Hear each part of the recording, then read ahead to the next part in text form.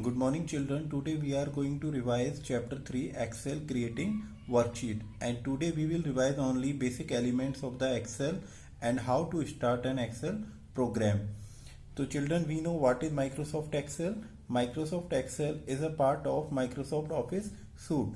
It is a powerful spreadsheet program that allows us to organize and maintain data, complete calculation and represent data in graphs. We can arrange our data in the form of rows and columns in an Excel, and these rows and columns are collectively called worksheet. We can easily understand the basic elements of Excel with the help of this diagram.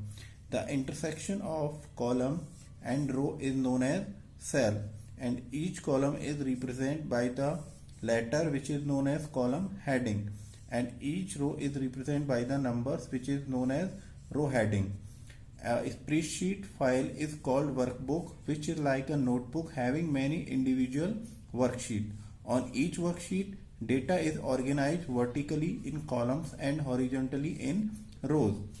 Each worksheet of Excel 2010 has 16,384 columns and 1,48,576 rows.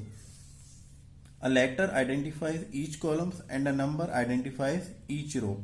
The column letters begin with A and end with XFD. So the name of the last column is XFD. Row numbers begin with 1 and end with 1,48,576 because total number of rows in Excel is 1,48,576.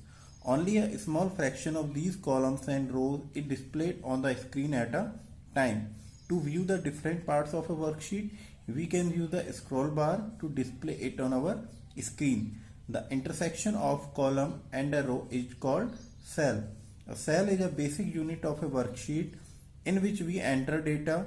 Cell is identified by the column and row in which it is located. For example, the intersection of column B and row 5. Just take an example. Suppose this is a cell and the address of this cell is D2. Because this cell contains the column which heading is D and the row which is identified the row number 2. Now move to the next topic, uses of Excel. We can use the Excel for manipulating numbers, organize data and for share our data in the form of HTML and the PDF files also. We know that Microsoft Excel is best known for manipulating numeric data. We can use Excel to perform any kind of mathematical calculation like quickly tallying our marks in exams, calculating average of total marks, and organizing and maintaining our data. We can also use Excel for organized data. The row and column format of an Excel spreadsheet is perfect for entering many types of data we need to track. After entering the data, we can perform various sorting operations to control how the data is listed. We can store our data as a workbook. In Excel 2010, workbook is stored using the .xlsx file extension.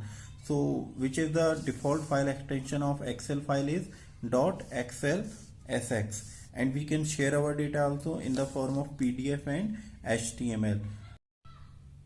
Now move on to the next topic, features of Excel. With the help of Excel, we can edit and format our data. We can use the formulas and our calculation easily.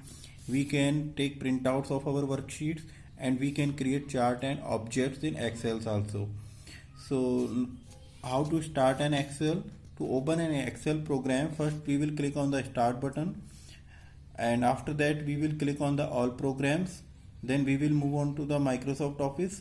Here we can find the Microsoft Excel 2010 and we can click on that icon, and the empty workbook titled Book 1 is displayed in the Excel window.